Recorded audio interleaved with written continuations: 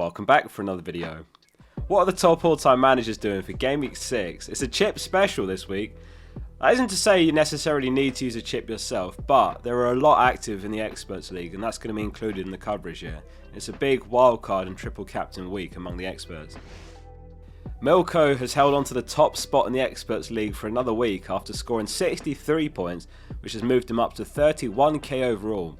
The overall average score was 42 points, and among our top managers it was 49. Well done if you managed to beat the average score last week.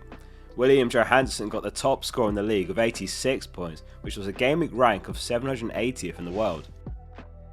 This week, just 10% are planning to roll, 6% making one transfer, 42% making two, and 11% making three. It's a really popular wildcard week. We've got 31% that have activated theirs for Gameweek 6.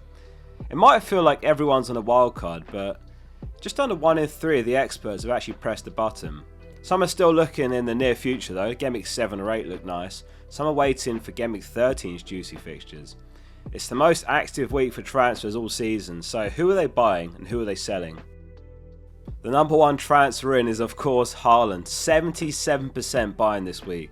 Salah with nearly the same number of sales, so in other words, very few are aiming to go with both Salah and Haaland interestingly. It is a lot to spend on them both when you're only ever going to captain one of them at a time.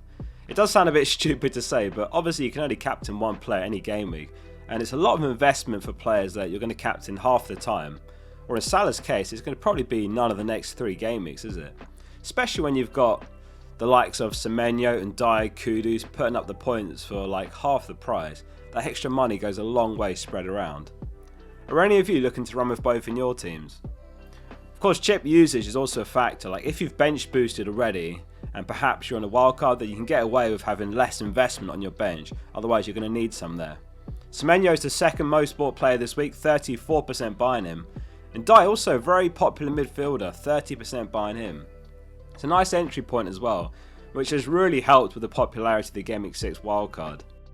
It's not just the Salah to Haaland switch, which is one reason of course, that's 2 transfers saved, but you've also got Arsenal's nice fixture swing from Gameweek 7, you've got Semenyo versus Leeds and Dyer versus West Ham, you've got like Foden, Reinders, Donnarumma, Vardy all home to Burnley. Foden is starting to look in form. Is it time to pick up Foden? He got a start in the League Cup and he was involved in both goals with a goal and an assist in the 2-0 win, but is he a risk now he started? Well, I found a quote from Pep after the game. He did come off early and he said, "We'd like to score the second and make the substitutions a bit earlier for Nico O'Reilly and Phil Foden because they played a tough game against Arsenal 3 days ago. But they're young, they've got good vitamins, good food, good protein, and now they come back to Manchester and prepare for Burnley." So yeah, it very much looks like we're going to see Foden and O'Reilly starting against Burnley. An early sub of course possible again, but Foden's an interesting one that's really low ownership. 37% are selling Watkins this week, who's been a real surprise disaster over the opening 5 game weeks with no returns, and of course Wirtz as well, who 27% have dropped. Sanchez got that red card against Man United and he served the 1 match suspension in the League Cup, so he can play in Gameweek 6, but of course the wildcarders have got no real reason to stick with him, particularly following Maresca's quote on Sanchez not playing every single game, including in the league. Igor Jesus started in Forest's return to European football Thursday night, 29 years since their last European game, and he had a brace by the 23rd minute. He was subbed off in the 64th minute, and it wasn't even Wood that came on, it was their other striker signing, Callum Mwendo. The streets will never forget 24-25 Chris Wood, but it's not looking good for this season.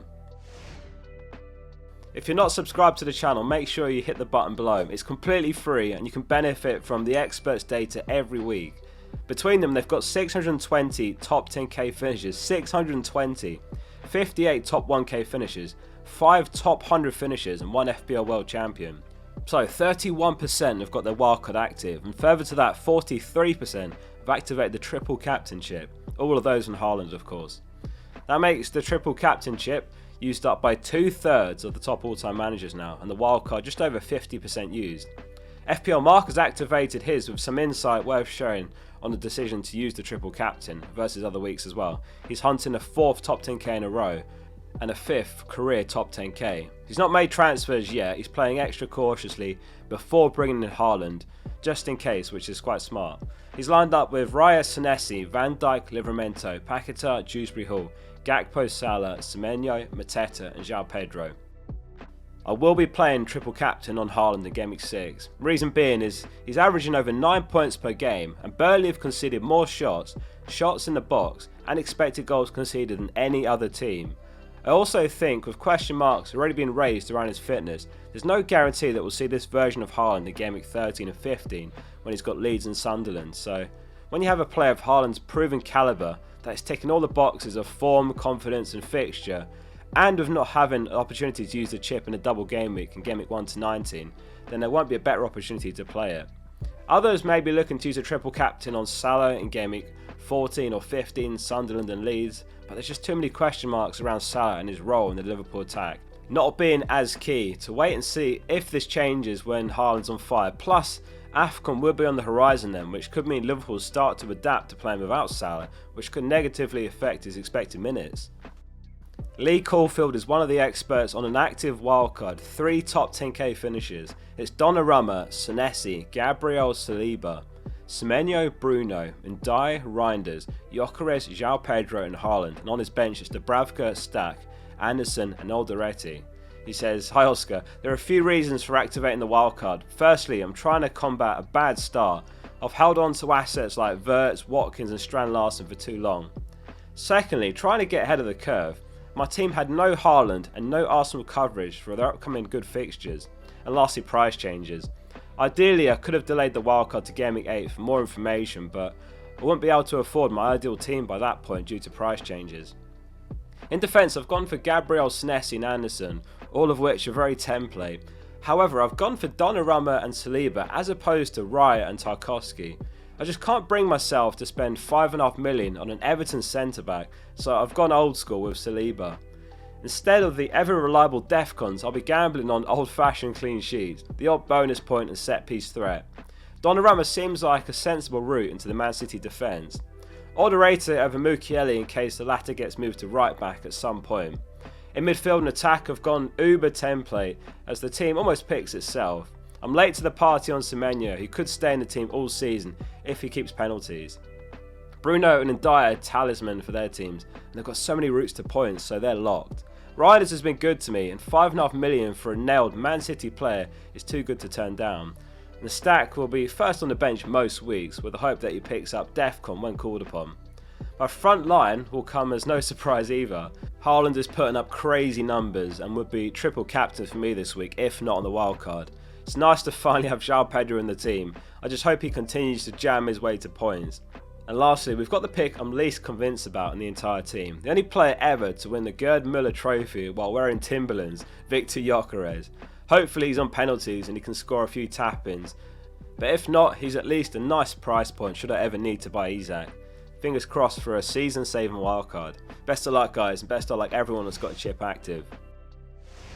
It's a short and sweet captaincy segment this week, as you can imagine. 98% are going Haaland captain. 98%. And that tells you how highly he's owned now from last game week. Last game week I think he was about 20% owned, so no messing around. 98% ownership now. One manager's going Isak captain, of course looks in line for a start against Palace after that Ekitike suspension. And one manager's going Salah. FPL Review's projections on default minutes has got Haaland on 7.5 points, that's assuming the flag is removed. Bruno nowhere near in second place on 6.1, Salah 6.0, and then it's Foden and then Reinders. Minutes are key though, like Haaland's on 78 here. If he gets 85 minutes for example, that pushes him even further ahead on 8.1. If those Isak or Salah captains come off for those two managers, that'll be an all-timer game week. So let's take a look at the experts template team with all those transfers factored in. How many players have you got from the template? It's Raya, Pedro Porro, Gabriel, Senesi, Semenyo and Ndiaye, Bruno, Reinders, Gyökeres, João Pedro and Haaland. And on the bench it's Dubravka, Stack, Anderson and Esteve. By the way, we're all sort of assuming here that Haaland's fine based on Pep's quotes, and he just got the midweek off as a rest before Burnley. Can you imagine the anarchy it would cause if Haaland confirmed out, whether that's before or after the deadline? Let's hope that doesn't happen, although chaos is a ladder mind. Haaland shoots up to 98% ownership, Ryan is 93%, Semenyo 83%, João Pedro 74%, Bruno 73%. The 4-mil defenders feel a bit up in the air now. Like Esteve, he does have Leeds home in Gameweek 8, but the fixtures are pretty terrible otherwise for Burnley, and they've been the worst defence of the promoted teams. Sunderland have been the best for expected goals conceded, but they have had an easy run. They do have Wolves home though, and Everton home coming up. So yeah, there's Mukiele and Alderete there. Reinildo of course suspended, so we'll rule him out. Leeds have got Burnley and West Ham coming up themselves, so there's Rodon and Gudmundsson. Great looking team this week, very much resembles the wildcard template. Let's see how it gets on. Okay, final thoughts and tips. Here's what the top all-timers wanted to say to you this week. Harry's showing some incredible patience after a tough start and says, "My worst start to FPL since I started playing in 2006. I'm saving the wildcard until later. I still think there's enough points in my current team and a better opportunity to play it and refresh the squad in Gameweek 13. Ollie Watkins has somehow survived and persists." Alex Mason's also saving his wildcard. Haaland captain and the obvious choice this week. Lots wildcard this week too, which seems like a good week to do it. I'm holding firm until Gameweek 8 to assess over the international break. Blind loyalty continues for Wirtz and Watkins, who are currently performing a real life version of Dumb and Dumber 3 for me.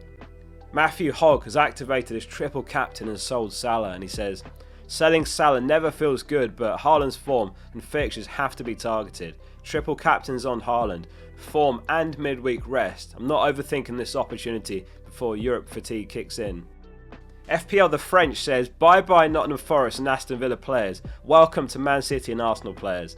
My team much better, but there's one problem. It could be a template team with a lot of teams exactly the same. So I'd like to find one or two differential players. Foden, Saka, Evanilson, Vardiol. I still have a few days to find which one."